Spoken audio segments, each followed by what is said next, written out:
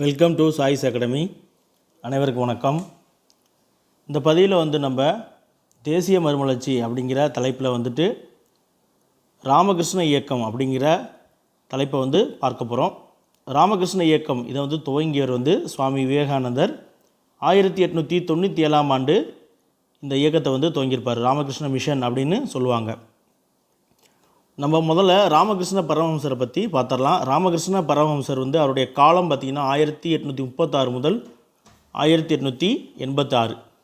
ராமகிருஷ்ணனுடைய முதன்மையான சாதனை என்ன அப்படின்னு சொல்லி பார்த்தீங்கன்னா, பிரம்ம சமாஜம் போன்ற சீர்திருத்த அமைப்புகள் முன்வைத்த பகுத்தறிவு கருத்துக்களின் பால் அதிருப்தியுற்ற கல்வி கற்ற இளைஞர்களை தன்பால் ஈர்த்தது தான் என்னது ராமகிருஷ்ணனுடைய முதன்மையான சாதனை. அடுத்து பார்த்திங்கன்னா அவருடைய பிறப்பு, அது தொடர்பான செய்திகள்லாம் பார்க்கலாம். 1836ஆம் ஆண்டு பிப்ரவரி 18ஆம் நாள் சரிங்களா, கல்கத்தாவில் இருக்கக்கூடிய ஹூக்ளி நதிக்கரையில் கமர்புக்கூர் அப்படிங்கிற ஊரில் பிறக்கிறார். அடுத்து இவருடைய இயற்பெயர் பார்த்தீங்கன்னா, இவருடைய இயற்பெயர் கடாதர சட்டர்ஜி சரிங்களா. இதுதான் ராமகிருஷ்ணனுடைய இயற்பெயர். இவர் தட்சிணேஸ்வரம் அப்படிங்கிற ஒரு இடத்துல இருக்கக்கூடிய காளி கோயிலினுடைய பூசாரியாக இருந்தவர் சரிங்களா. அந்த காளி கோயில் பெரும் செல்வந்தரான ராணி ராஸ்மோனி என்பவரால் கட்டப்பட்ட ஒரு காளி கோயில், பழமையான கோயில். அந்த கோயிலினுடைய பூசாரியாக இருந்தவர் தான் ராமகிருஷ்ண பரமஹம்சர். இவருடைய மனைவி சாரதா தேவி, அவர்களுமே என்னது ராமகிருஷ்ணருக்கு சமய பணியில் உதவியாக இருந்திருக்காங்க. அடுத்து பார்த்திங்கன்னா ராமகிருஷ்ணர் என்ன சொல்கிறாரு அப்படின்னா, பஜனை பாடல்களை மனமுருகி பாடுவதை போன்ற வழிமுறைகள் மூலம் பேரின்ப நிலையை அடைந்து அந்த நிலையில் ஆன்ம ரீதியாக கடவுளோடு ஒன்றிணைவதற்கு முக்கியத்துவம் கொடுத்துருக்காரு சரிங்களா. அதாவது கடவுளை வாழ்த்தி பஜனை பாடல்கள் பாடுறோம் இல்லையா, அதுபோல் பாடல்கள் பாடி மனமுருகி அந்த பாடல்களை பாடுவதன் மூலமாக பேரின்ப நிலையை அடைந்து அந்த நிலையில் ஆன்ம ரீதியாக கடவுளோடு ஒன்றிணைவதற்கு முக்கியத்துவம் கொடுத்தார் சரிங்களா. அதாவது உருவ வழிபாடு அதை நம்ம கொண்டாடணும் அப்படின்னு சொல்லியிருக்காரு சரிங்களா. உருவ வழிபாடு, அந்த உருவ வழிபாடில் நம்ம கடவுளை வணங்கணும் அப்படின்னு சொன்னவர் ராமகிருஷ்ணர். இதற்கு முன்னாடி பார்த்திங்கன்னா ஆரிய சமாஜம், பிரம்ம சமாஜம்லாம் என்னது உருவ வழிபாடு வேண்டாம் அப்படின்னு சொல்லியிருப்பாங்க. இவர் கடவுளோட உருவத்தை நம்ம அதை போற்றி பாடணும் அப்படின்னு சொல்லியிருப்பார் சரிங்களா. அடுத்து பார்த்திங்கன்னா இறை அனுபவமற்ற தத்துவ உரையாடல்களை தவிர்த்திருப்பார். இறை அனுபவம் அல்லாத வெறுமனே தத்துவ உரையாடல்களாக இருக்கும் பார்த்தீங்களா, அது போன்ற தத்துவ உரையாடல்களை தவிர்த்திருப்பார். இறைவனை அடைய வேண்டும் என்ற ஏக்கம், இறைவனிடத்தில் அன்பு இவற்றை பெற வேண்டும் என்பதையும் அனைத்து திருவுருவச் சிலைகளில் ஆண்டவன் நிறைந்திருப்பதை காணலாம் என்பது இவருடைய கருத்து. இப்போ சொன்னோம் இல்லையா, உருவச் சிலைகளை இவர் போற்றணும் அப்படின்னு சொல்லியிருக்கார் இல்லையா.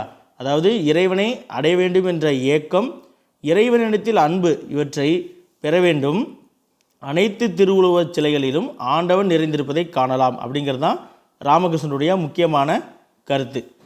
அடுத்து இவர் காளி கோயில் பூசாரியாக இருந்தார் இல்லையா, அதனால் அந்த காளி தேவியின் மீது இவர் தீவிர பக்தராக இருந்திருப்பார். இவர் கடவுளை காளியின் வடிவில் கண்டார் சரிங்களா. ராமகிருஷ்ணர் கடவுளை காளியின் வடிவில் கண்டார். அந்த கடவுளுடைய திருவிளையாடல்கள் முடிவற்றவை அப்படின்னு சொல்லி அறிவிக்கிறார் சரிங்களா.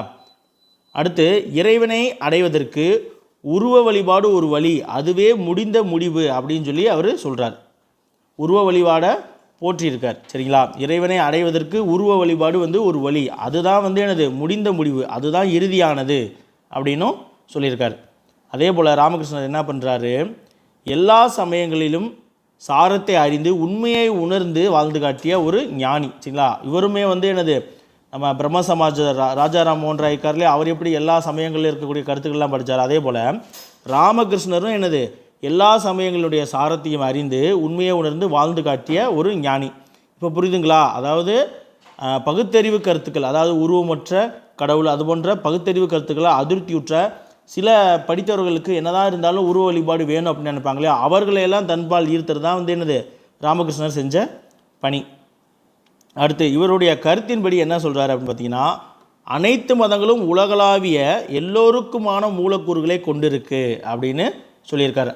அந்த மதங்களை பின்பற்றினால் அவைதான் என்னது வீடு பேருக்கு இட்டு செல்லும் வழி அப்படின்னு சொல்லியிருக்கார். அதாவது உலகில் இருக்கக்கூடிய அனைத்து மதங்களுமே என்னது எல்லோருக்குமான மூலக்கூறுகளை கொண்டிருக்கு. அந்த மதத்தை நாம் பின்பற்றுவதாக என்னது வீடு பேரை அடைவதற்கான வழி சரிங்களா. அதாவது சொர்க்கம் சொல்கிறாங்க இல்லையா, சொர்க்கம் மோட்சம் அப்படின்லாம் சொல்கிறாங்களே, அதை அடைவதற்கான வழி அப்படிங்கிறார். அதே போல் சீவனில் சிவனை கண்டார். அதாவது ஜீவன் அப்படிங்கிறதான் சிவன் அப்படின்னு சொல்கிறார். வாழ்கின்ற அனைத்து உயிர்களிலுமே அவர் இறைவனை கண்டார். அதாவது என்ன ஜீவன்னா உயிரியா, அப்போ சிவன் வாழ்கின்ற அனைத்து உயிர்களிலுமே இறைவனை கண்டவர் யார் அப்படின்னா ராமகிருஷ்ண பரமஹம்சர். அதே போல் மனிதனுக்கு செய்யப்படும் சேவையே கடவுளுக்கு செய்யப்படும் சேவை அப்படின்னு சொன்னவர் யார் அப்படின்னு கேட்டால் அதுவுமே எனது ராமகிருஷ்ண பரமஹம்சர் தான் சொல்லியிருக்கார். அடுத்து பார்த்திங்கன்னா இவருடைய போதனைகள்லாம் எப்படி இருந்துச்சு அப்படின்னு பார்த்தீங்கன்னு வச்சுக்கோங்களேன். எளிய நடையில், மிக எளிய இனிய நடையில் நீதி கதைகள், அன்றாட நிகழ்ச்சிகளை மையமாக கொண்டு சமய தத்துவ கருத்துக்களை அனைவருக்கும் புரியும் வண்ணம் இவர் போதித்திருப்பார். சரிங்களா?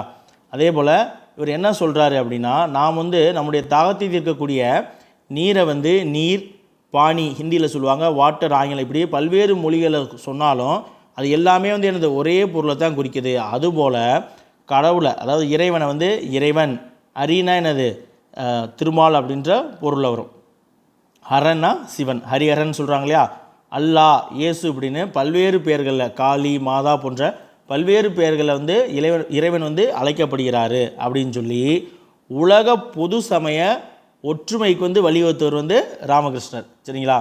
இந்த ராமகிருஷ்ணரை சுவாமி விவேகானந்தர் எவ்வாறு சொல்கிறாரு அப்படின்னா, இறைவனும் மனிதனும் கலந்த வியத்தகு கலவை அப்படின்னு சொல்லி விவேகானந்தர் ராமகிருஷ்ணரை குறிப்பிடுறார். ராமகிருஷ்ணர் பார்த்திங்கன்னா அவர் இயல்பாகவே நல்ல கல்வி கற்றவர் கிடையாது. இருந்தாலும் கல்வி கற்றவங்க எல்லாமே அவர்கிட்ட போயிட்டு அறிவுரை கேட்டுக்கொள்ளக்கூடிய அளவுக்கு ஒரு மெய்யாளராக, ஒரு ஆன்மீகவாதியாக திகழ்ந்திருக்கிறார். சரிங்களா? அவருடைய தீவிர ஆன்மீக வாழ்வை அவர் மேற்கொண்டிருக்கார். அதே போல் அனைத்து மதங்களிலும் இயல்பாக உள்ள உண்மைகள் மீது அவர் ஆழமான நம்பிக்கையை கொண்டிருந்தவர் தான் ராமகிருஷ்ணர். ராமகிருஷ்ணரை பொறுத்த வரைக்கும் அனைத்து மத கருத்துக்களுமே என்னது ஒரே இலக்கை சென்றடையக்கூடிய பல்வேறு பாதைகள் அப்படிங்கிறது தான். அதாவது மார்க்கம் அப்படின்னு சொல்லுவாங்க. மதத்தை இன்னொரு முறையில் மார்க்கம், அதாவது ஒரே இலக்கு என்னது, வீடு பேர் அடைதல் இலக்கு. அப்போ எல்லா மதங்களுமே உண்மையை தான் போதிக்கிறது, ஒரே சாராம்சங்கள் தான் போதிக்கிறது. அப்போ பல்வேறு மதங்கள் இருந்தாலும் அந்த எல்லா மதங்களுமே என்னது ஒரே இலக்கு, வீடு வேறு அப்படிங்கிற ஒரே இலக்கை அடையக்கூடிய பல்வேறு பாதைகள். அப்போ எல்லாத்தையுமே நம்ம ஏற்றுக்கொள்ளணும் அப்படின்ற பொருளில் அவருடைய போதனைகள் இருந்திருக்கு.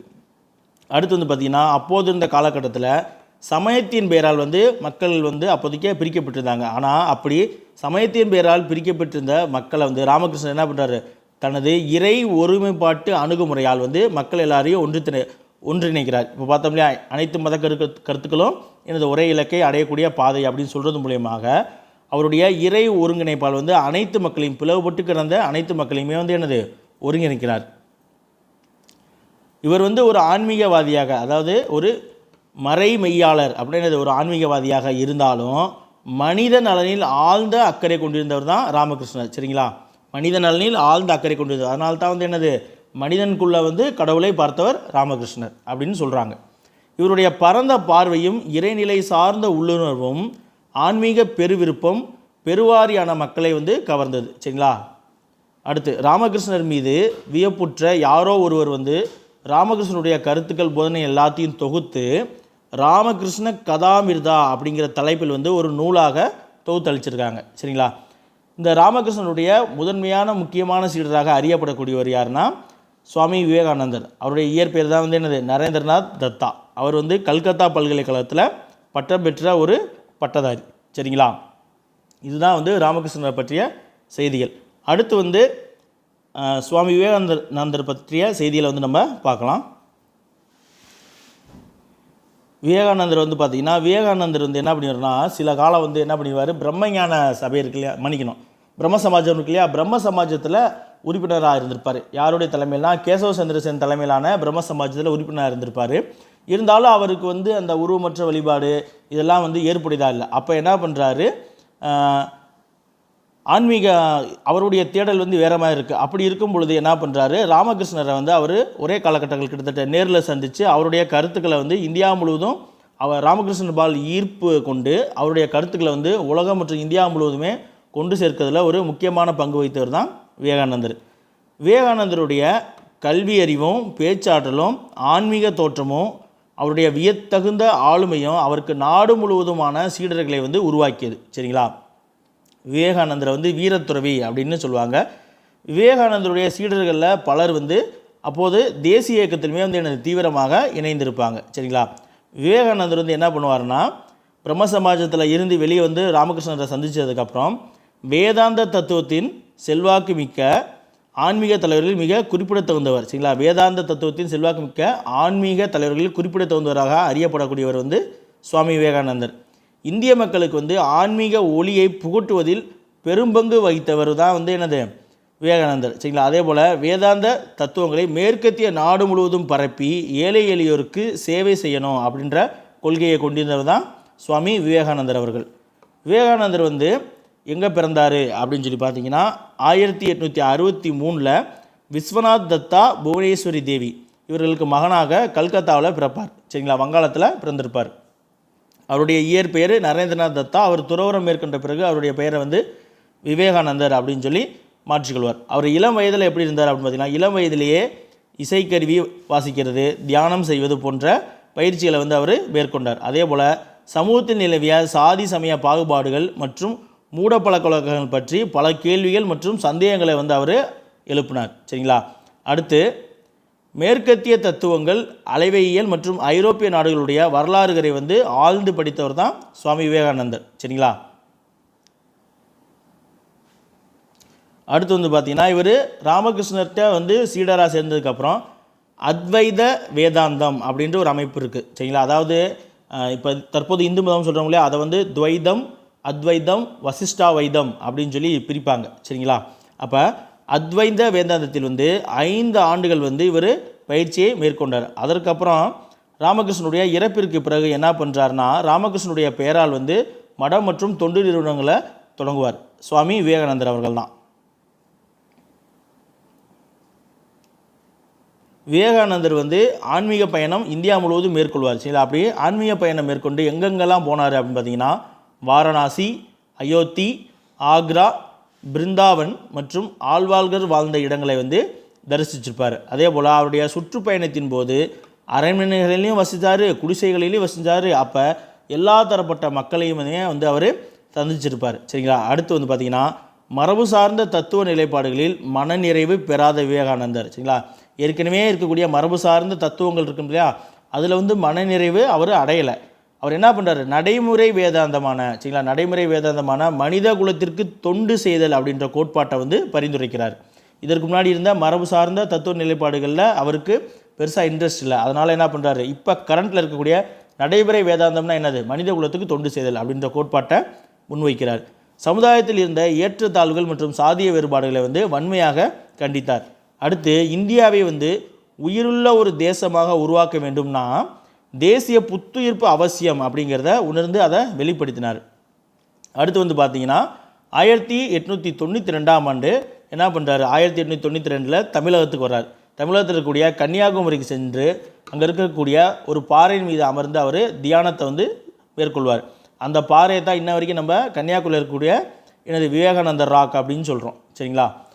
அதே 1892 இங்கே பாருங்கள், 1892 விவேகானந்தர் வந்து தமிழகத்துக்கு வந்திருப்பார்ல. அப்போது மதுரை மன்னராக இருந்த பாஸ்கர சேதுபதி, மதுரையில் மன்னர் பாஸ்கர சேதுபதியை வந்து அவர் சந்திச்சிருப்பார். அப்போ அந்த பாஸ்கர சேதுபதி அவருடைய விருப்பத்தின் பேரில் தான் இவர் அதற்கு அடுத்த ஆண்டு 1893 ஆண்டு அமெரிக்காவில் இருக்கக்கூடிய சிகாகோவில் நடைபெறக்கூடிய உலக சமய மாநாட்டில் கலந்து கொள்ள சொல்வார். அப்போ அதற்கு போகக்கூடிய பயணச் செலவுகள் முதற்கொண்டு எல்லாமே வந்து எனது பாஸ்கர சேதுபதியே வந்து ஏற்றுக்கொள்வார். சரிங்களா. அடுத்து வந்து பார்த்திங்கன்னா விவேகானந்தருடைய சிகாகோ சொற்பொழிவு இன்ன வரைக்கும் ஒரு புகழ்பெற்ற உலகின் மிகவும் புகழ்பெற்ற சொற்பொழிவுகளில் ஒரு சொற்பொழிவாக இருக்கக்கூடியது வந்து விவேகானந்தருடைய சிகாகோ மாநாட்டு சொற்பொழிவு. அந்த மாநாடு எப்போ நடந்துச்சு, எங்கே நடந்துச்சு அப்படின்னு பாருங்கள். 1893 ஆண்டு செப்டம்பர் 11 நாள் சரிங்களா அமெரிக்காவில் இருக்கக்கூடிய சிகாகோ நகரில் உலக சமய மாநாடு வந்து மதகுரு கிப்பன்ஸ் என்பவருடைய தலைமையில் வந்து நடைபெற்றது. சரிங்களா. மதகுரு கிப்பன்ஸ் அந்த மாநாட்டில் கூடியிருந்த மக்கள் மேல் வந்து விவேகானந்தர் அவருடைய சொற்பொழிவின் மூலமாக ஆழமான தாக்கத்தை வந்து ஏற்படுத்தியிருப்பார். அது மட்டும் இல்லாமல் அந்த சிகாகோ மாநாட்டில் சாதி சமயங்களை துறந்து, அதாவது அதற்கு முன்னாடி பேசிகிட்டு இருந்தவங்கலாம் எப்படி வந்து அவருடைய உரையை தொடங்குவாங்கன்னா, இப்போவும் சொல்கிறாங்க இல்லையா, டியர் லேடிஸ் அண்ட் ஜென்டில்மேன் அப்படின்னு எல்லாருமே வந்து உரையை தொடங்குவாங்க. ஆனால் விவேகானந்தர் போயிட்டு எப்படி அவருடைய உரையை வந்து தூக்குறாரு அப்படின்னா, எனது அருமை அமெரிக்க சகோதர சகோதரிகளே அப்படின்னு சொல்லி டிஃப்ரெண்ட்டாக அவருடைய உரையை தூக்கணுன்னே அதுவே வந்து அங்கே இருக்கக்கூடியவர்களுக்கு வந்து ஒரு மிகப்பெரிய வியப்பாக இருந்துச்சு. சரிங்களா? அப்போ உலகினுடைய மிக முக்கியமான சொற்பொழிவுகளில் ஒன்றாக இப்போதும் கூட விவேகானந்தருடைய அந்த ஆன்மீக சிகாகோ மாநாட்டு சொற்பொழிவு வந்து இருக்குது. அதில் வந்து இந்து சமயத்தினுடைய தொன்மை பாரம்பரியத்தை பற்றிலாம் மிகவும் சிறப்பாக எடுத்துரைப்பார். சரிங்களா? அதே போல் அந்த மாநாட்டில் வந்து அவர் உரையில் இறுதியில் நன்றி கூறும் பொழுது அனைத்து மக்களின் அன்னையின் பெயரால் நன்றி கூறுகிறேன் அப்படின்னு சொல்லி அவரது உரையில் சமய ஒற்றுமை மற்றும் ஆன்மீகம் போன்றவற்றை வந்து எடுத்துரைப்பார். சரிங்களா? அடுத்து வந்து பார்த்திங்கன்னா மதத்தோடு தொடர்புடையது அப்படின்ற ஒரே காரணத்திற்காக அனைத்து நிறுவனங்களையும் வந்து பாதுகாக்கக்கூடிய மனப்பான்மையை வந்து அவர் கண்டனம் செய்தார். அதாவது ஒரு நிறுவனம் இருக்குது அப்படின்னா அது வந்து மதம் தொடர்பானது அப்படிங்கிற காரணத்துக்காகவே அந்த நிறுவனங்களையும் அந்த நிறுவனத்துடைய செயல்பாடுகளையும் பாதுகாக்கணும் அப்படிங்கிற எண்ணத்தை வந்து அவர் வந்து வன்மையாக கண்டிக்கிறார். அடுத்து வந்து பார்த்திங்கன்னா பண்பாட்டு தேசியத்திற்கு முக்கியத்துவம் கொடுத்த அவர் இந்து சமூகத்திற்கு புத்துயிர் அளிக்க இந்திய இளைஞர்களுக்கு அறைகோல் விடுத்தார். சரிங்களா? இந்து சமயத்திற்கு புத்துயிர் அளிப்பதற்காக இந்திய இளைஞர்களுக்கு அறைகோல் விடுத்தவர் யாருன்னா விவேகானந்தர். அவருடைய சிந்தனைகள் அடுத்து வந்து பார்த்திங்கன்னா பொருள் உற்பத்தியில் மேலை நாடுகள் செய்திருந்த சாதனைகளை கண்டு தாழ்வு மனப்பான்மை அடைந்திருந்த இந்தியர்களுக்கு வந்து ஒரு தன்னம்பிக்கை ஊட்டுவதாக இருந்துச்சு. சரிங்களா? விவேகானந்தருடைய சிந்தனைகள் மற்றும் மேலை நாடுகள்லாம் வந்து உற்பத்தியில் தொழில்துறையில் முன்னேற்றம் அடைந்தது இதெல்லாம் பார்த்துட்டு இங்கே தாழ்வு மனப்பான்மை இருந்த இந்தியர்கள் எல்லாமே ஒரு ஊக்கம் பெற்றார்கள். சரிங்களா? அந்த சிகாகோ மாநாட்டில் வந்து இந்து சமயம் பற்றியும் பக்தி மார்க்கம் பற்றியும் தத்துவம் குறித்தும் வந்து வரலாற்று சொற்பொழிவுகளை வந்து சிறப்பாக உரையாற்றியிருப்பார். அது முன்னாடியே சொல்லிட்டேன். சரிங்களா? அடுத்து பார்த்திங்கன்னா இந்து சமய சடங்குகளில் வந்து எல்லாரும் கலந்து கொள்ள முடியாத நிலை இருந்துச்சு. அதாவது ஒடுக்கப்பட்ட மக்கள் இருக்காங்களே அவங்க வந்து கலந்து கொள்ள முடியாத நிலை இருந்துச்சு. ஆனால் விவேகானந்தர் என்ன சொல்கிறாருன்னா இந்து சமய சடங்குகளில் ஒடுக்கப்பட்ட மக்களும் கலந்து கொள்ளணும் கட்டாயம் அப்படின்னு சொல்லி அவர் வாதாடுவார். அதே போல் விவேகானந்தருடைய செயலூக்கமிக்க கருத்துக்கள் வந்து மேற்கத்திய கல்வி கற்ற வங்காளிகளிடையே அரசியல் மாற்றங்களுக்கான நாட்டத்தை வந்து ஏற்படுத்தி. சரிங்களா? ஏன்னா அவருடைய உரைகளில் வந்து தேசியம் பற்றிய கருத்துக்களுமே இருக்கும். வெறுமனே வந்து மதம் சார்ந்த கருத்துக்கள் மட்டும் இல்லாமல் தேசியம் சார்ந்த கருத்துக்களும் இளைஞர்களை ஊக்கப்படுத்துவதற்கான கருத்துக்களுமே இருக்கும். சரிங்களா? அடுத்து பாருங்கள், வங்கப்பிரிவினையை அடுத்து தொடர்ந்து நடைபெற்ற சுதேசி இயக்கத்தின் பொழுது இளைஞர்கள் பல பேர் வந்து விவேகானந்தரால் ஊக்கம் பெற்று அந்த தேசிய இயக்கத்தில் வந்து இணைந்திருப்பாங்க. சரிங்களா? விவேகானந்தரை வேறு எப்படியெல்லாம் அழைக்கிறாங்க அப்படின்னு சொல்லி பார்த்தீங்கன்னா சூறாவளி இந்து இந்து நெப்போலியன் அப்படின்னு சொல்லி அழைக்கப்பட்ட விவேகானந்தர் அவருடைய காந்த கருத்துக்களாலும் பேச்சுக்களாலும் கன்னியாகுமரியிலிருந்து காஷ்மீர் வரைக்குமான ஒரு ஆன்மீக முடிசூடா மன்னராக திகழ்ந்திருப்பார். அவருடைய வீர உரைகள் வந்து உறங்கி கிடந்த இந்தியரை வந்து உயிர்த்தெழ செய்தது. சரிங்களா? அடுத்து பாருங்க, மனிதனை மனிதனாக்கும் சமயமே கல்வியே கொள்கைகளை தற்கால இந்தியாவுக்கு தேவை அப்படிங்கிறத விவேகானந்தர் வந்து வலியுறுத்திருப்பார். அதே போல் மனிதருக்குள்ளே மறைந்து கிடக்கக்கூடிய அளப்பரிய ஆற்றல்களை வெளிக்கொணர வேண்டும் அப்படின்னு சொல்லியிருப்பார். அடுத்து இளைஞர்கள் வந்து இந்தியாவின் பெருமையை உணர்ந்து அதன் வீழ்ச்சிக்கான காரணங்களை கண்டறிந்து நாட்டின் எழுச்சிக்காக ஓயாமல் ஒழியாமல் உழைக்க வேண்டும் அப்படின்னு விவேகானந்தர் சொல்லியிருப்பார். அவருடைய முக்கியமான மந்திரம் அப்படின்னு பார்த்தீங்கன்னா விழி எழு உலை, அதாவது விழிமீன் எழுமீன் உலைமீன் அப்படின்னு சொல்லுவாங்க. அது வந்து விவேகானந்தருடைய முக்கியமான ஒரு மந்திரம். சரிங்களா? அதே போல் வேதங்களை நோக்கி திரும்புக அப்படிங்கிறது யார்? தயானந்த சரஸ்வதியுடைய முக்கிய முழக்கமாக இருந்துச்சு. மந்திரமாக அப்படின்னு சொல்லலாம். மந்திரம்னா முழக்கம் அப்படின்ற பொருள். சரிங்களா? அடுத்து பாருங்கள், இந்திய தேசிய இயக்கத்தினுடைய தோற்றுவாய் வந்து விவேகானந்தருடைய வீர உரைகளில் வந்து வெளிப்பட்டது. சரிங்களா? அதே போல் காந்தி, நேரு, சுபாஷ் சந்திரபோஸ் போன்றவர்கள் வந்து விவேகானந்தருடைய நாட்டுப்பற்றால் பெருவாரியாக ஈர்க்கப்பட்டவர்கள். சரிங்களா? நவீன இந்தியாவின் விடிவெள்ளி. சரிங்களா? இந்தியாவின் விடிவெள்ளி ராஜா ராம்மோகன் ராய். நவீன இந்தியாவின் விடிவெள்ளி அப்படின்னு சொல்லி குறிப்பிடப்படுகின்ற சுவாமி விவேகானந்தர் இளமை, தைரியம் ஆகியவற்றினுடைய மறு வடிவமாக நமக்கு இருக்கார் இன்றைக்கு வரைக்கும். சரிங்களா? அடுத்து வெளிநாட்டு அறிஞரான வேலண்டைன் சிரோல் அவருடைய கூற்றில் அவருடைய வார்த்தைகளில் வந்து விவேகானந்தரை பற்றி அவர் எவ்வாறு விவரிக்கிறாரு அப்படின்னு சொல்லி பார்த்தீங்கன்னா தனது ஆளுமை திறனால் வெளிநாடுகளில் இந்தியாவின் பாரம்பரியமிக்க நாகரிகத்திற்கும் அதனுடைய புதிதாக பிறப்பெடுத்துள்ள தேசம் என்னும் உரிமை கோரிக்கைக்கும் கண்கூடான அங்கீகாரத்தை பெற்றுத்தந்த முதல் இந்தியர் அப்படின்னு சொல்லி விவேகானந்தரை வேலண்டைன் சிரோன் வந்து வர்ணிக்கிறார். திரும்ப ஒரு முறை வாசிக்கிறேன், கவனிங்க. தனது ஆளுமை திறனால் வெளிநாடுகளில் இந்தியாவின் பாரம்பரியமிக்க நாகரிகத்திற்கும் அதனுடைய புதிதாக பிறப்பெடுத்துள்ள தேசம் என்னும் உரிமை கோரிக்கைக்கும் கண்கூடான அங்கீகாரத்தை பெற்றுத்தந்த முதல் இந்தியர் அப்படின்னு சொன்னவர் வேலண்டைன் சிரோன். சரிங்களா? அடுத்து வந்து பார்த்திங்கன்னா ராமகிருஷ்ணா மிஷன் அது துவக்கம், அதனுடைய செயல்பாடுகளை பற்றி பார்க்க போகிறோம். சரிங்களா? ராமகிருஷ்ணர் வந்து எப்போ இயற்கை எழுதுவார்? 1886. சரிங்களா?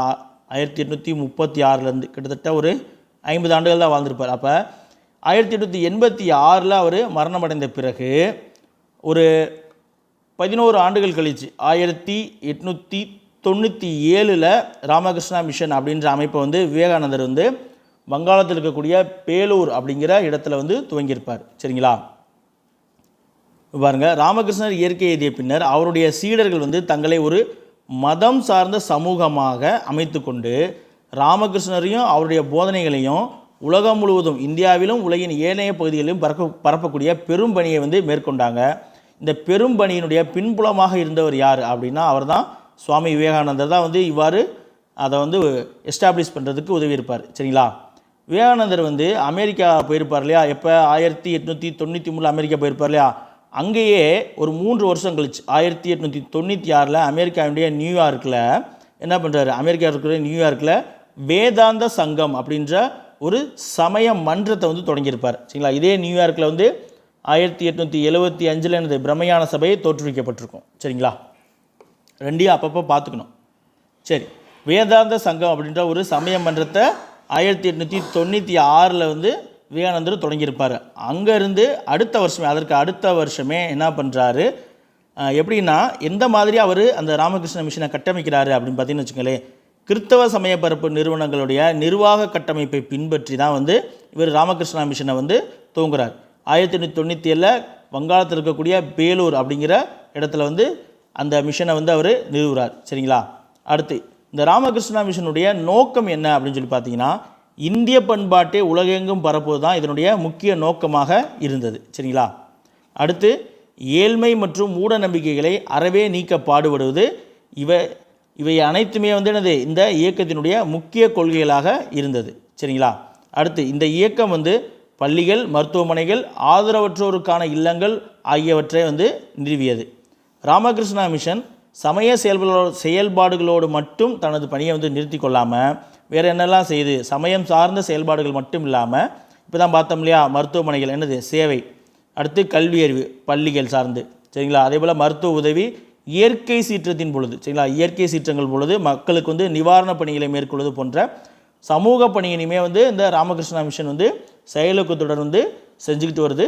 இன்றைக்கு வரைக்கும் செஞ்சுட்டு தான் இருக்காங்க. சரிங்களா? அடுத்து வந்து பார்த்திங்கன்னா இந்த இயக்கம் வந்து ஆன்மீக வளர்ச்சியில், சரிங்களா, ராமகிருஷ்ணா மிஷன் வந்து ஆன்மீக வளர்ச்சியில் நாட்டம் கொண்டவருக்கு பயிற்சி அளித்து அவர்களை கல்வி, சமய, சமுதாய பணிகளை செய்வதற்கும் வேதாந்த கருத்துக்களை பரப்புவதற்காகவும் பாடுபட்டு வருகிறது. சரிங்களா? இதோடு வந்து நமக்கு ராமகிருஷ்ணா மிஷன் பற்றிய தகவல்கள் வந்து முடிஞ்சிருச்சு.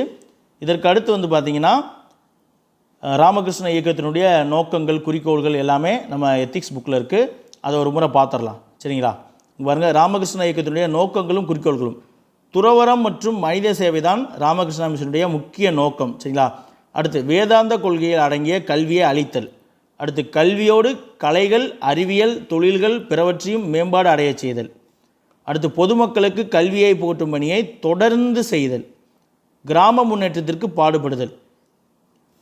இனம், மொழி, நாடு, சமய வேறுபாடின்றி பூகம்பம், வெள்ளம், தீ, தொற்றுநோய் போன்றவை ஏற்படும் காலங்களில் மக்களுக்கு சேவையாற்றுறது. இது எல்லாமே வந்து என்னது ராமகிருஷ்ணா இயக்கத்தினுடைய நோக்கம் மற்றும் குறிக்கோள்கள். அடுத்து ராமகிருஷ்ணா இயக்கத்தினுடைய சமூக தொண்டுகள் என்னென்ன அப்படின்னு சொல்லி பார்த்தலாம். நம்ம ஏற்கனவே பார்த்தோம், இந்த இயக்கம் கல்வி, உடல் நலம், கிராமப்புற வளர்ச்சி, மலைவாழ் மக்கள் முன்னேற்றம், இளைஞர் நலன் போன்றவற்றிற்காக பாடுபட்டுக்கிட்டு வருது. அடுத்து இந்தியா முழுவதும் மருத்துவமனைகள், அறக்கட்டளைகளை நிறுவி மக்கள் நலம் காக்கும் பணிகள், தாய் சேய் மருத்துவமனைகள், அடுத்து முதியோர் ஆதரவற்றோர் இல்லங்கள், செவிலியர் பயிற்சி பள்ளிகள் போன்றவற்றின் மூலம் சேவைகளை வந்து இன்றளவும் செய்து வந்துகிட்ருக்கு. இவ்வியக்கம் தனது நோக்கங்களை நிறைவேற்றி எவற்றை விரும்பத்தக்கதென சிந்திக்கிறதோ அதற்குரிய சஞ்சிகைகளை, பருவ இதழ்களை, நூல்களை, ஆண்டு பிரசுரங்களை அச்சடித்து பதிப்பித்து விற்றல் அல்லது இலவசமாக வழங்குதல் போன்ற பணிகளையும் செய்யுது. அதாவது இந்த இயக்கம் சார்ந்த நோக்கங்களை வந்து நிறைவேற்றி அது எதெல்லாம் விரும்புதோ அதெல்லாம் வந்து சித்தரிக்குதோ அதெல்லாமே வந்து என்னது சஞ்சிகைகள்னா வாரப்பத்திரிகைகள், பருவ இதழ்கள், நூல்கள் இது மூலயமாக அச்சடித்து விற்கிறது மற்றும் இலவசமாகவே தந்துக்கிட்டு வராங்க. சரிங்களா, இது எல்லாமே ராமகிருஷ்ணா மிஷன் செய்யக்கூடிய தொண்டுகள். அடுத்து வந்து பார்த்திங்கன்னா வங்காளத்தில் இருக்கக்கூடிய சுந்தரவன பகுதியில் வந்து சூரிய ஒளியை பயன்படுத்தி மின்சாரம் உற்பத்தி செய்யக்கூடிய திட்டம் தோன்றுவதற்கு முக்கிய பங்கு வகித்தது இந்த ராமகிருஷ்ணா மிஷன். அடுத்து இந்தியா முழுவதும் புகழ்பெற்ற கல்வி நிறுவனங்கள், கல்லூரிகள், தொழிற்கல்வி பயிற்சி மையங்களை நிறுவி கல்வி வளர்ச்சிக்கு இன்றளவும் பாடுபட்டு வருகிறது. இவ்வாறு ராமகிருஷ்ணா இயக்கம் வந்து எனது உலகெங்கிலும் உயர்ந்த பணிகளை வந்து செஞ்சுக்கிட்டு வராங்க. அடுத்து பார்த்திங்கன்னா விவேகானந்தருடைய பொன்மொழிகள் கொடுத்துருக்காங்க, அதை ஒரு முறை பார்த்துடலாம் நம்ம. உண்மையே தூய்மையானது, உண்மையே அறிவு, உண்மையே பலம் என்று விவேகானந்தர் இளைஞர்களுக்கு போதித்தார். அடுத்து பெரும் சாதனை செய்வதற்கு 3 நிலைகளை கடந்தாக வேண்டும். அவை என்னென்ன அப்படின்னு பார்த்திங்கன்னா ஏளனம், எதிர்ப்பு, அகங்காரம். அடுத்து உயிரே போகும் நிலை வந்தாலும் தைரியத்தை விடாதே, நீ சாதிக்க பிறந்தவன், துணிந்து நில், எதையும் வெல். இது எல்லாமே வந்து ரொம்ப இளைஞர்களுக்கு என்னது ஒரு உத்வேகம் தரக்கூடிய பொன்மொழிகளாக இருக்கு பாருங்களே. அடுத்து பாருங்கள், உண்மைக்காக எதையும் துறக்கலாம், ஆனால் எதற்காகவும் உண்மையை துறக்கலாகாது. அடுத்து பொய் சொல்லி தப்பிக்க நினைக்காதே, உண்மையை சொல் மாட்டிக்கொள், ஏனென்றால் பொய் வாழ விடாது, உண்மை சாக விடாது. அடுத்து வீரர்களே கனவுகளில் இருந்து விழித்தெழுங்கள், தலைகளில் இருந்து விடுபடுங்கள். தலைனா என்னது விலங்கு, துன்பம் அப்படின்ற பொருள் வரும். சரிங்களா, இந்த தலைனா கை விலங்கு இருக்கு இல்லையா, அந்த பொருள், மிருகம் கிடையாது. அடுத்து பாருங்கள், உடல் பலவீனத்தையோ மன பலவீனத்தையோ உண்டாக்கும் எதையுமே வந்து அணுகக்கூடாது. என்னிடம் வலிமை மிக்க 100 இளைஞர்களை தாருங்கள், நான் வளமான பாரதத்தை உருவாக்கி காட்டுகிறேன் அப்படின்னு விவேகானந்தர் வந்து சொல்லியிருக்காரு. அடுத்து வந்து பார்த்திங்கன்னா பார்சி சீர்திருத்த இயக்கம் பற்றி பார்க்க போகிறோம். பார்சி சீர்திருத்த இயக்கம் வந்து பம்பாயில் வந்து துவங்கப்பட்டது. சரிங்களா, பார்சிகளுக்கான சீர்திருத்த இயக்கங்கள் வந்து பம்பாயில் துவங்கப்பட்டது. பார்சிகள் அவர்களுடைய ஆர்ஜின், அவருடைய இது பார்த்திங்கன்னா தோற்றம் பார்த்திங்கன்னா எங்கன்னா பாரசீகம். சரிங்களா, இப்போது ஈரான் இருக்கு இல்லையா, அந்த பகுதி. பாரசீகத்தில் வந்து அவங்க வந்து ஜொராஸ்ட்ரிய மதம் அப்படின்ற ஒரு மதத்தை வந்து அகூரா மஸ்தா அப்படிங்கிற கடவுளை வணங்குவாங்க. ஜொராஸ்டிரர் அப்படின்ற ஒருத்தர் தான் வந்து இந்த ஜொராஸ்ட்ரிய மதத்தை வந்து தோற்றுவித்திருப்பார். சரிங்களா, கிமுவிலே வந்து இந்த மதம் வந்து துவங்கப்பட்டிருக்கும். தற்பொழுது பார்த்திங்கன்னா இந்தியாவில் பெரும் வணிகர்களாக இருக்கக்கூடிய டாடா கம்பெனி இருக்கு இல்லையா, டாடா குரூப், அதனுடைய நிறுவனர்கள் எல்லாமே வந்து என்னது பார்சி சமூகத்தை சேர்ந்தவர்கள் தான். அதே போல் தாதாபாய் நவ்ரோஜி இருக்கார் இல்லையா, அவரும் வந்து பார்சி சமூகத்தை சேர்ந்தவர் தான். தங்களது தாயகமான பாரசீகத்தில் அடக்குமுறைக்கு உள்ளானதால் ஜொராஸ்டியர்கள் 10ஆம் நூற்றாண்டில் பெரும் எண்ணிக்கையில் இந்தியாவினுடைய மேற்கு கரை பகுதியில் குடியேறினர். அதாவது பம்பாய் பகுதியில் குடியிருக்காங்க. ஒரு வணிக சமூகமாக அவர்கள் நூற்றாண்டுகளுடைய போக்கில் செல்வ செழிப்படைந்தார்கள். அவங்க வந்து முக்கிய தொழிலே வந்து என்னது வியாபாரம் தான். சரிங்களா, அடுத்து வந்து பார்த்திங்கன்னா நெருக்கமாக பிணைக்கப்பட்ட அச்சமூகத்தையும் 19ஆம் நூற்றாண்டுடைய சீர்திருத்த காற்று வந்து தழுவ தவறவே இல்லை. ஏன்னா அவங்களுக்குள்ளேயும் சில மூட நம்பிக்கைகள், அப்புறம் பழமையான சிந்தனைகள்லாம் இருக்கும் இல்லையா. அப்போ அந்த சீர்திருத்தங்கள் வரும்பொழுது எல்லாருக்குமே வந்து கல்வி கிடைக்கும் பொழுது எல்லாருமே வந்து சில விஷயங்கள் வந்து ஒத்துப்போகலை அப்படின்னு சொல்லி யோசிக்கிறாங்க. அது வந்து எனது பார்சிகளிடமும் அந்த மாதிரி எண்ணங்கள் வந்து வருது. அடுத்து வந்து பார்த்திங்கன்னா பார்சிகளுடைய சீர்திருத்த இயக்கமானது 1851 கல்வி பயின்ற பார்சியில் அடங்கிய குழுவானது பம்பாயில் பர்துஞ்சி நவ்ரோஜி அப்படிங்கிறவருடைய தலைமையில் ரக்னுமாய் மத்தியஸ்ரன் சபா அப்படிங்கிற பெயரில் வந்து என்னது ஒரு சீர்திருத்த சங்கத்தை தூங்குறாங்க. அதனுடைய பொருள் என்ன அப்படின்னு பார்த்திங்கன்னா பார்சிகளின் சீர்திருத்த சங்கம் அப்படிங்கிறது தான் வந்து என்னது இந்த ரக்னுமாய் மத்தியசன் சபா அப்படிங்கிறதுடைய பொருள். சரிங்களா, இந்த அமைப்பு வந்து எதற்காக உருவாக்கப்பட்டது அப்படின்னு பார்த்தீங்கன்னா என்னது சமூக நிலைகளை மேம்படுத்துவதற்காகவும் ஜொராஸ்ட்ரிய மதத்தினுடைய தூய்மையை மீட்டெடுப்பதற்காகவும் என்னது இந்த ரக்னுமாய் மத்தியசன் சபா அப்படிங்கிற அமைப்பானது துவங்கப்பட்டது. அடுத்து வந்து பார்த்திங்கன்னா இந்த இயக்கம் வந்து யாரெல்லாம் முக்கிய தலைவர்களாக கொண்டிருந்தது அப்படின்னு பார்த்திங்கன்னா தாதாபாய் நவ்ரோஜி, காமா, பெங்காலி போன்ற தலைவர்கள் எல்லாமே வந்து இந்த ரக்னுமாய் மத்தியசன் சபாவில் இருந்தவங்க. அடுத்து வந்து பார்த்திங்கன்னா சீர்திருத்தம் பற்றிய செய்திகளை பரப்புவதற்காக ராஷ்ட் கோப்தார், சரிங்களா, ராஷ்ட் கோப்தார் அப்படிங்கிறதுடைய தமிழ் மொழிபெயர்ப்பு உண்மை விளம்பி அப்படிங்கிற ஒரு செய்தித்தாளுமே வந்து இந்த ரக்னுமாய் மத்தியசன் சபாவுடைய சார்பில் வந்து வெளியிடப்பட்டது. சரிங்களா, பார்சிகளுடைய மத நடவடிக்கைகளும் சடங்குகளுமே வந்து எனது சீர்திருத்தப்பட்டது. அடுத்து பார்சி மதத்திற்கு மறுவிலக்கமும் தரப்பட்டது. சமூக தளத்தில் பார்சி பெண்களினுடைய நிலையை மேம்படுத்துவதற்காக அவர்களுக்கு கல்வி கற்பித்தல், அப்புறம் பர்தா முறையை நீக்குவது போன்ற, அப்புறம் திருமண வயது வரம்பை அதிகரிப்பது போன்ற நடவடிக்கைகளை வந்து இந்த சபையானது மேற்கொண்டது. சரிங்களா. அடுத்து வந்து பார்த்திங்கன்னா படிப்படியாக பார்சிகள் வந்து இந்திய சமூகத்திலேயே அதிக அளவு மேற்கத்திய மையப்பட்ட பிரிவினராக மாறியிருப்பாங்க. சரி, ஏன்னா இவங்க வந்து வியாபாரத்துக்காக பல இடங்களுக்கு போகிறாங்களே. அப்போ காலப்போக்கில் பார்த்திங்கன்னா இந்திய சமூகத்திலேயே அதிகளவு மேற்கத்திய மையப்பட்ட பிரிவினராக இருந்தது யார் அப்படின்னு பார்த்திங்கன்னா பார்சிகள் தான். அடுத்து வந்து பார்த்திங்கன்னா தேசிய இயக்கத்திலுமே இந்தியாவை தொழில்மயமாக்கியத்திலையும் அவர்களுடைய பங்களிப்பு வந்து மிக முக்கியமானதாக இருக்குது. ராஷ்ட்கோப்தார், சரிங்களா, ராஷ்ட்கோப்தார் அப்படிங்கிறது தான் இந்த ரக்னுமாய் மத்தியஸ்தன் சபாவினுடைய தாரக மந்திரமாக இருந்தது. அதனுடைய பொருள் என்னது, உண்மை விளம்பி, அந்த பெயரில் பத்திரிகையுமே வந்து அவர்கள் வெளியிட்டாங்க. அடுத்து வந்து பார்த்திங்கன்னா பார்சிகளிடையே குழந்தை திருமணத்துக்கு எதிராக, சரிங்களா, குழந்தை திருமணம் அப்படின்ற பழக்கம் அவர்கள்ட்ட இருந்து அந்த பழக்கத்தை வந்து எதிர்க்கிறதுக்காக பெர்ரம்ஜி மல்வாரி அப்படிங்கிறவர் என்ன பண்ணுவார், அதற்கு எதிராக சட்டம் வந்து இயற்றணும் அப்படின்னு சொல்லி அதற்காக ஒரு இயக்கத்தையுமே வந்து நடத்திட்டு வந்திருப்பார். சரிங்களா. இந்த பார்சியல் சமூகத்திலேருந்து நம்ம தேசிய காங்கிரஸில் இருந்த முக்கியமான தலைவர்கள் அப்படின்னு சொல்லி பார்த்தீங்கன்னா பெரோஷா மேத்தா, தீன்சா வாச்சா போன்ற சிறந்த தலைவர்கள் எல்லாமே உருவாக்கியது. அவர்கள் எல்லாமே வந்து என்னது இந்திய தேசிய காங்கிரஸ்லையும் இணைந்து பணியாற்றியிருப்பாங்க. அதற்கடுத்து வந்து பார்த்திங்கன்னா நம்ம சீக்கிய சீர்திருத்த இயக்கம் வந்து பார்க்க போகிறோம். பஞ்சாப் பகுதியில் சீக்கிய சீர்திருத்த இயக்கங்கள் வந்து தோற்றுவிக்கப்பட்டது. சரிங்களா. 19ஆம் நூற்றாண்டில் ஏற்பட்ட அந்த பகுத்தறிவு முற்போக்கு அலைகள் வந்து என்னது சீக்கியரையுமே வந்து என்னது டச் பண்ணிட்டு தான் போச்சு. சரிங்களா. பஞ்சாபில் வந்து சீக்கிய சீர்திருத்த முயற்சிகள் வந்து மேற்கொள்ளப்பட்டது. ஆரிய சமாஜம் அப்புறம் கிறிஸ்தவ சமயப்பரப்பு நிறுவனங்கள் ஆகியவற்றினுடைய செல்வாக்கு வளர்ந்து கொண்டிருந்த சூழலில் சிங் சபா அப்படின்ற ஒரு அமைப்பு வந்து என்னது அமிர்தசரஸில் நிறுவப்பட்டது. சரிங்களா. அமிர்தசரஸில் தான் சீக்கியருடைய முக்கியமான கோவிலான பொற்கோயில் வந்து இருக்குது. சரிங்களா. நம்ம பார்த்துருக்கோம் இல்லையா, ஆரிய சமாஜம் தயானந்தர் வந்து என்ன பண்ணுறாரு, அவருடைய கருத்துக்களை பரப்புவதற்காக பஞ்சாபில் தங்கியிருந்து பஞ்சாபில் செல்வாக்கு பெற்ற ஒரு அமைப்பாக ஆரிய சமாஜத்தை ஆக்குவார். அங்கே இருந்த கத்திரி அப்படிங்கிற ஒரு வணிக சமூகம், சரிங்களா, கத்ரி அப்படிங்கிற ஒரு வணிக சமூகம் ஆரிய சமாஜ கருத்துக்களை வந்து பின்பற்றிட்டு இருப்பாங்க. அதே காலகட்டங்களில் கிறிஸ்தவ சமய பரப்பு நிறுவனங்களும் செயல்பட்டு வந்துச்சு. அதை எதிர்த்து அப்புறம் மத மாறியவர்களை எதிர்த்து தான் வந்து எனது ஆரிய சமாஜத்தை தயானந்தர் வந்து கொண்டு போயிட்டுருப்பார்.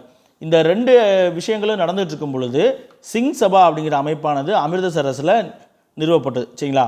இந்த சிங் சபாவினுடைய நோக்கம் என்ன அப்படின்னு பார்த்தீங்கன்னா சீக்கிய சமயத்தினுடைய புனிதத்தை மீட்டெடுப்பது தான் இந்த சிங் சபாவினுடைய முக்கிய குறிக்கோளாக அமைந்தது. சரிங்களா.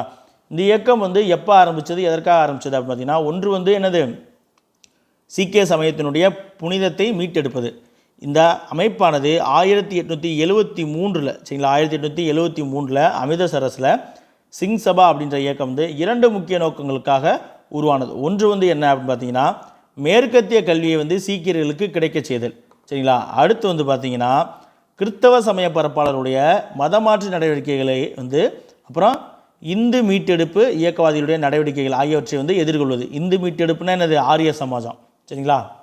இவங்க இந்த ரெண்டு பேர்த்தையும் வந்து எதிர்கொள்வதற்காக உருவாக்கப்பட்ட அமைப்பு தான். எப்போ 1873 சரிங்களா. அங்கே பாருங்கள், 1873 உருவாக்கப்பட்ட அமைப்பு தான் சிங் சபா. அதுலேருந்து 2 வருஷம் கழித்து தான் என்னது ஆரிய சமாஜம் உருவாக்கப்பட்டிருக்கு. அதே போல் பிரம்மஞான சபை உருவாக்கப்பட்டிருக்கு. சரிங்களா 75. அடுத்து வந்து பார்த்திங்கன்னா வேறு சில இயக்கங்களுமே வந்து பஞ்சாபில் இருந்துச்சு. அப்படி பார்த்தீங்கன்னா அகாலி இயக்கம் அப்படின்ற ஒரு அமைப்பு வந்து சிங் சபாவுடைய கிளை இயக்கமாக உருவாக்கப்பட்டது. சரிங்களா. இந்த சிங் சபா தான் அகாலி இயக்கத்தினுடைய முன்னோடி அமைப்பாக இருந்தது. இந்த அகாலி இயக்கம் வந்து என்ன மாதிரியான விஷயங்களை எடுத்துரைச்சிச்சு அப்படின்னு பார்த்தீங்கன்னா அகாலி இயக்கம் வந்து சீக்கிய குருத்வாராக்கள், அந்த கோவில் இருக்குது பார்த்தீங்களா, சீக்கியர்களான புனித கோவில்கள், அதை வந்து குருத்வாரா அப்படின்னு சொல்லுவாங்க. அந்த சீக்கிய குருத்வாராக்கள் எல்லாமே ஊழல் மிகுந்த உதாசி மகந்த் அப்படின்னு சொல்லப்படக்கூடிய மதகுருமார்களுடைய கட்டுப்பாட்டில் இருந்துகிட்டு இருந்துச்சு அப்போதெல்லாம். அப்போ இந்த அகாலி இயக்கம் வந்து என்ன சொல்லுதுன்னா இந்த உதாசிகள் எல்லாமே வந்து எனது ஊழல் மிகுந்தவர்களாக இருக்காங்க. அப்போ குருத்வாராக்களை பூரா இந்த மதகுருவோட கட்டுப்பாட்டில் இருந்து விடுவிச்சு ஒரு பொது சமூகத்தினுடைய கட்டுப்பாட்டில் வைக்கணும் அப்படின்னு சொல்லி முக்கிய ஒரு கொள்கையாக இது பண்ணியிருப்பாங்க. சரிங்களா. அப்போ அவர்களுடைய அந்த இயக்கத்தினுடைய விளைவாக அப்போது இருந்த ஆங்கில அரசு என்ன பண்ணுது அப்படின்னா 1922 சரிங்களா 1922 சீக்கிய குருத்வாரா சட்டம் அப்படின்ற ஒரு சட்டத்தை வந்து இயற்றுறாங்க. அந்த சட்டம் வந்து பின்னால் ஒரு 3 வருஷம் கழித்து 1925 இந்த சீக்கிய குருத்வாரா சட்டமானது திருத்தப்பட்டது. சரிங்களா.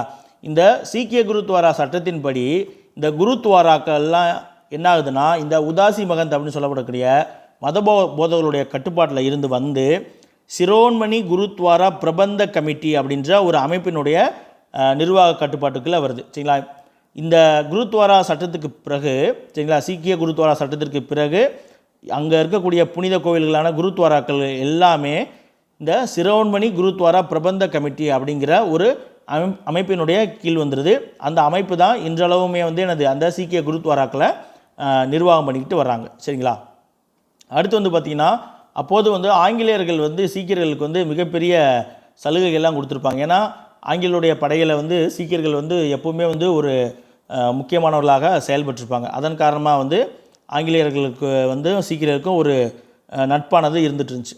அப்போ ஆங்கிலேயர்களுடைய உதவியின் காரணமாக என்ன நடக்குது அப்படின்னு பார்த்தீங்கன்னா அமிர்தசரஸில், சரிங்களா, அமிர்தசரஸில் கால்சா கல்லூரி, அதாவது சீக்கியர்களுக்காக கல்வி அளிக்கக்கூடியது, கல்வி அப்புறம் இந்த வீர விளையாட்டுகள் இதெல்லாமே சொல்லலாம். இப்போ கூட நீங்கள் போய் பார்த்தீங்கன்னா கால்சா ஃபங்க்ஷன் சொல்லி நடத்துவாங்க. அதில் வந்து அவங்க அந்த வாள் வச்சு இது பண்ணுறது, இது போன்ற வித்தைகள் எல்லாமே காட்டுவாங்க. சரிங்களா? கால்சா கல்லூரி அப்படின்ற ஒரு அமைப்பை வந்து, ஒரு கல்லூரியை வந்து ஆங்கிலேயர்கள் வந்து சீக்கியர்களுக்காக உருவாக்கி கொடுக்குறாங்க. சரிங்களா?